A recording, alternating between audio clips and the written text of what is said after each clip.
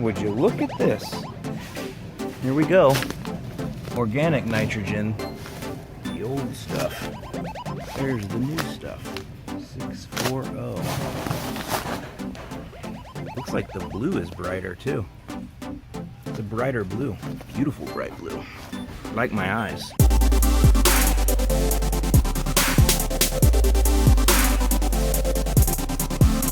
What's up, y'all? I'm Alan Hain, the Lawn Care Nut. Thanks for coming back for yet another week. Oh yeah, you go. So today is one of my favorite days of the year, and here's why. It's actually Cinco de Mayo, which is one of my favorite days of the year. I just love Cinco de Mayo. I love to go out and hang out and party on Cinco de Mayo. It's just my thing. I don't know why. It wasn't something I did as a kid. It's just something I've adopted as an adult. It's just a beautiful holiday.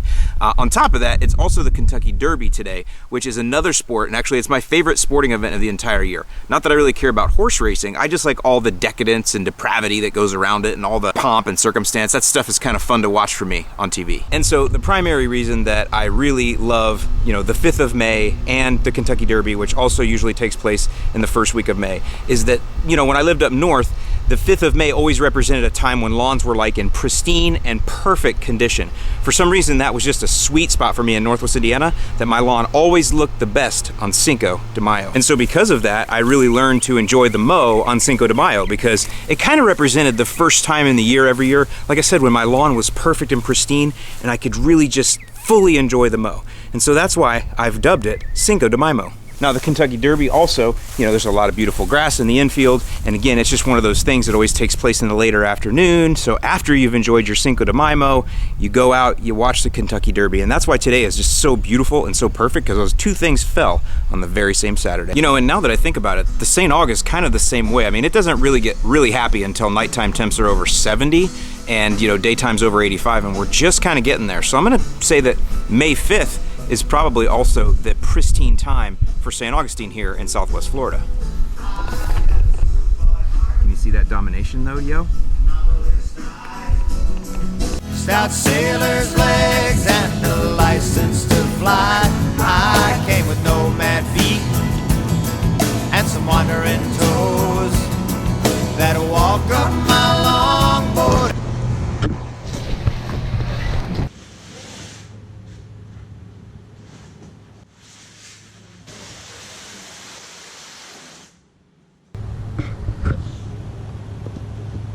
Yeah, looks like I got a few casualties on the ride over. This is not a sponsored video. I actually bought this myself, and the cost was $4.99. I've got a small yet dedicated group of Patreon supporters. They're the ones that enable this to happen. And in fact, you guys on Patreon, we're actually doing a giveaway. One of you, when I publish this video, one of you will have won one of these also. Oh, here. Holy cow, that thing is... That's a chunker, man. Chunker right there. Whoa. Okay. Sir, sounds like she's gone from suck to blow.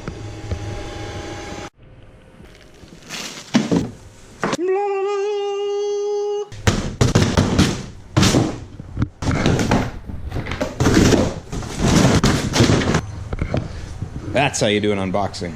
The Torque of Gas, Ego, Power Beyond Belief. The Torque of Gas, 21-inch self-propelled. So they talk about the motor, how long it runs, the battery life, and then some convenience factor. So that's interesting. So they really are going after gas-powered mowers now. Now again, I don't know if the Torque of Gas. Is that the way the marketing people are saying something because they can't say it another way that they wish they could? I don't know, but we're gonna flesh that out today for sure. So that's definitely gotta be like a marketing thing, right? Like the torque of gas, because typically homeowners don't really talk about torque too much when it comes to mowers. It's more about performance, it's more about ease of use, it's more about how well it cuts, obviously. How about that? Cut quality. You're not saying that, and I don't know why. So we're gonna see though, because just the fact that you're saying the torque of gas, you're attacking the gas mower. And you're also charging as much as a gas mower. Actually, you're charging as much as a premium gas mower. So you really have a lot to live up to at a $4.99 retail price. And I'm gonna tell you, that right there is gonna cause me to be hard on this mower. 500 bucks. This mower over here, what, $349? Performs great. excellent mower. That's the Toro Smart Stow dealio. This, I'm telling you, man, $500. I mean, it's approaching this. This was $625, I think. So, ego. Let's hope that your ego can back up your torque of gas ego. Let's hope.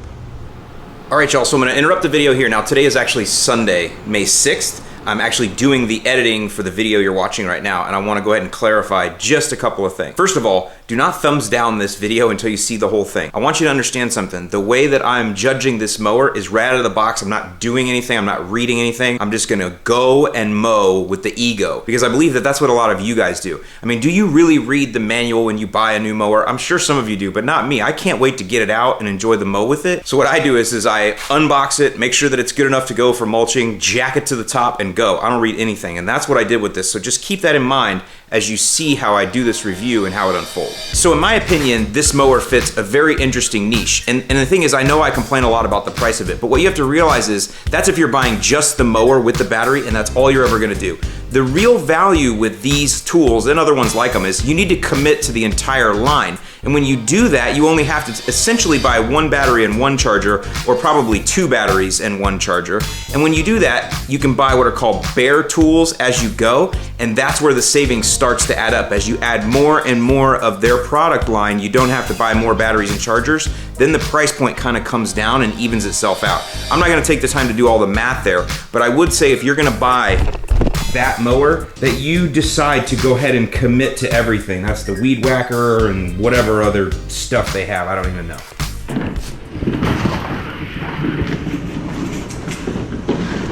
don't know if I told you guys, but I'm the crane whisperer.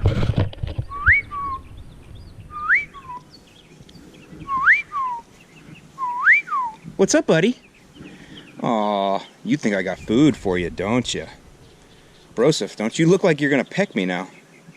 I was just calling you over because I wanted to show the fans how much I can bring you in. Oh yeah, looks like she's charged, boys.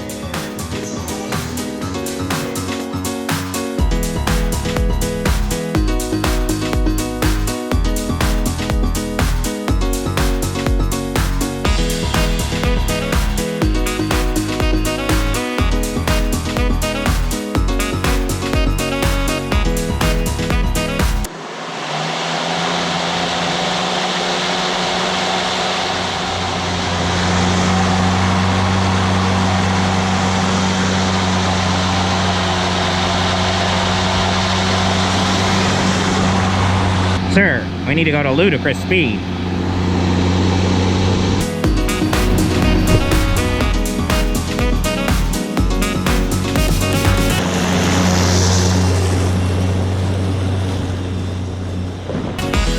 All right, so the first thing I want to point out is this mower does cut to a true 4 inches. I measured it off the floor as good as I could in my garage. It's kind of tough because of the way it's shaped, but it does cut to a full 4 inches. And because it's so light, it really floats up there at that 4-inch mark. Floating, not always the best thing, but it does float up there at 4 inches. I still can't get over the fact that it sounds like a vacuum cleaner, but I know I could get over that eventually.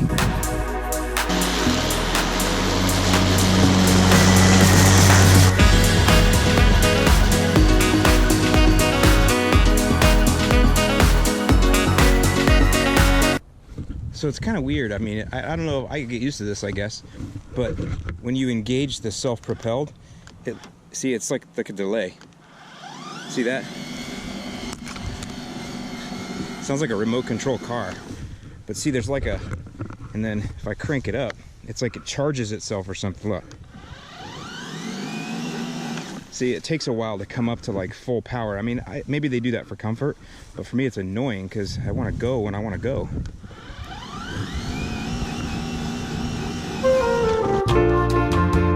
All right, now I know it sounds like I'm being totally negative here. I told you, just wait till the end of the review before you make your decision on my decision. I will say that cutting with this is oddly enjoyable, kind of like driving a golf cart at full speed on a golf course is also oddly enjoyable. It just has that kind of golf cart kind of drivey feel to it. And that's, you know, that's different than muscling around a large machine. This thing is pretty light. Now, when the battery's in it, it's got some weight to it, but it is light enough that it does, you know, kind of jump around a little bit. but you can easily control it and maneuver it. Now, one thing that's blatantly obvious is that it is very quiet, and I do see a huge advantage to that. Like if I wanted to cut my lawn super early in the morning, which I often do, but I don't want to wake my wife up, I could definitely use this puppy to do that. Get in that early morning, you know, like 6:30 a.m. sunrise mow. Oh yeah. And then of course, there is the convenience of not having gas. To me, having gas is not a problem because I have other gas-powered tools.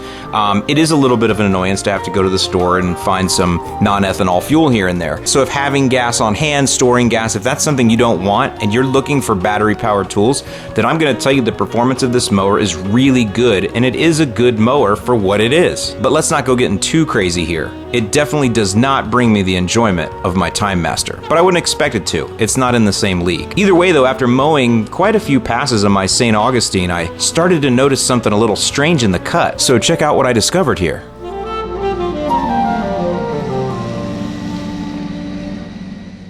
I'm sorry guys, this thing is horribly cutting on my St. Augustine. Look at this. I mean, it's terrible. Look at that, it's just...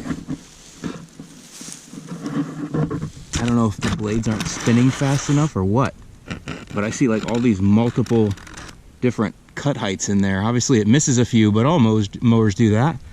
But I don't know, it's just weird. Like see, here's a little high spot right here, and then a low spot, and then like there's some high spots, there's some weeds in here, but it's weird. It's like this uneven cut. I mean, maybe I better check and see if the blade's on right? Boy, I can see that all the way down through there. It's crazy. And again, I'm not talking about the few tall ones it missed. There's literally different height cuts all through here. By the way, it does miss quite a bit though, look. I mean, yeah, it definitely misses a lot too.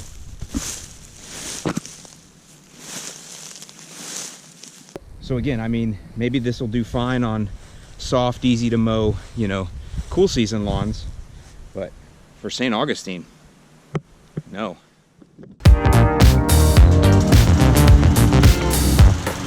So just to see what was going on, I grabbed the old Toro Recycler there, and it hasn't had a blade sharpening in a while. It hasn't been started in a couple months, but I thought I'm just gonna throw it out there and mow some passes next to where I was using the Ego and just see what I could see. And what was interesting was the cut on the Toro and the Ego were about the same. Like the Toro didn't do that well either.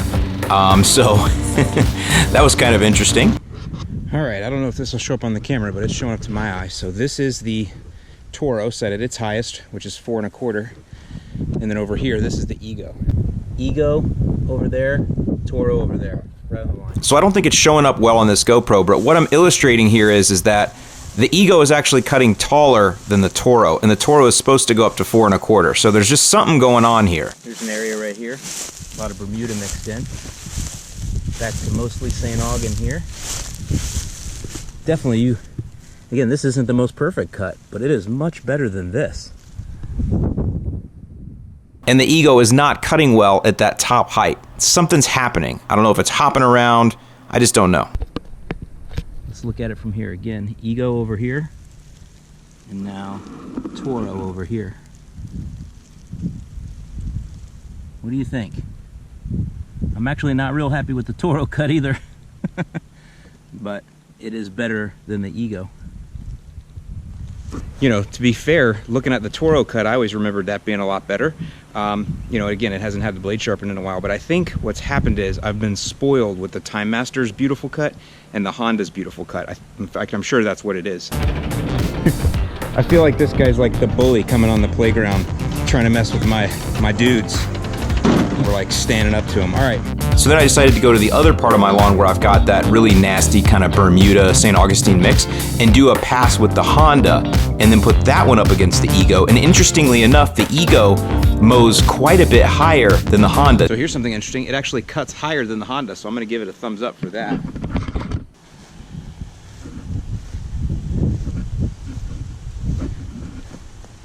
So you got Honda over there and you got Ego over there.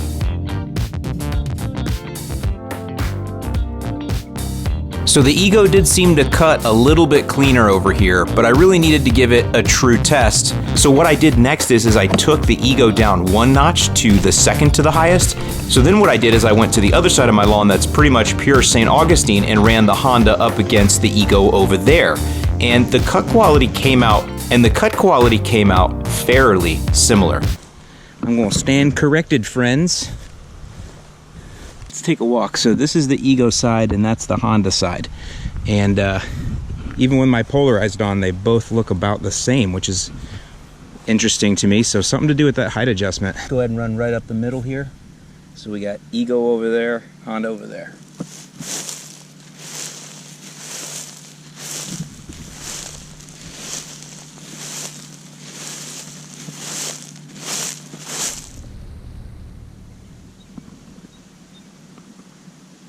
I mean, just from looking at this, they really look about the same.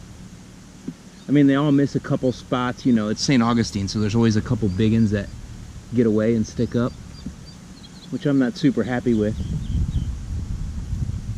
But again, par for the course, I believe, but the cuts look about the same. So it appears that lowering it, maybe it just doesn't do well at its top position.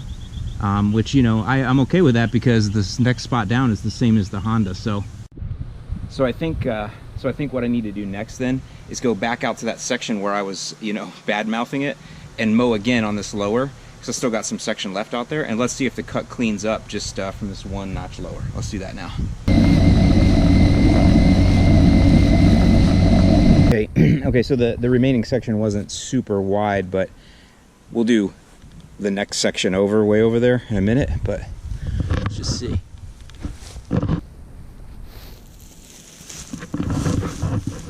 It definitely seems to be better. Actually, a lot better. Yep. That's why we shouldn't prejudge, boys and girls. Always give our new classmates a good chance to prove themselves.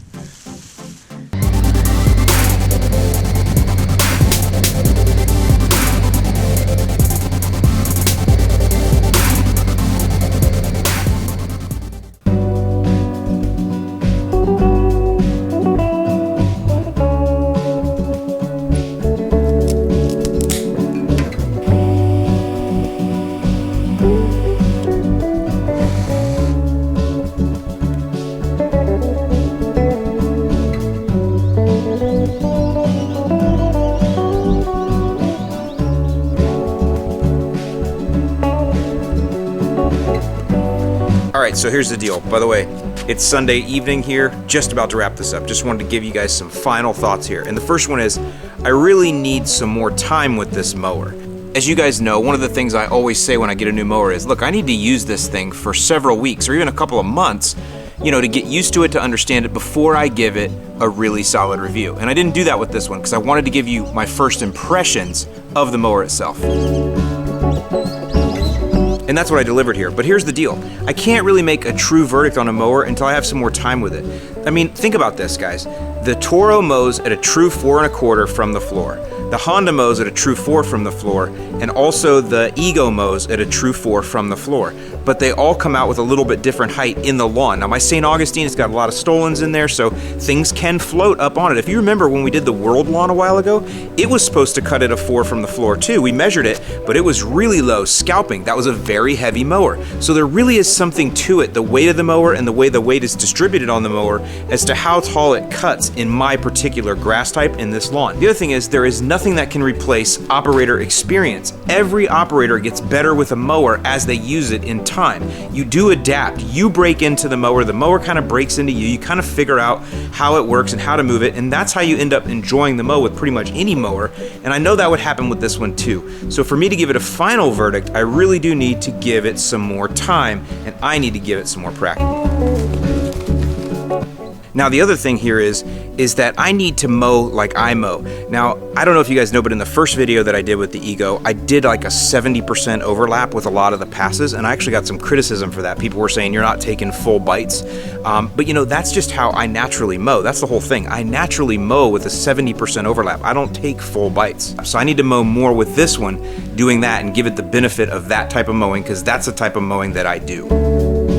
In the end, what do I think? I'm actually really impressed with it. I mean, I think it did really, really well. I would have never thought that a battery-powered mower could do that well. No, it did not cut as good as the Honda or the Time Master. You know, again, on those few passes, it cut as good as the Honda, but overall, you know, doing the whole lawn, which is 10,000 square feet, it did not cut quite as good, but it did cut acceptable for sure.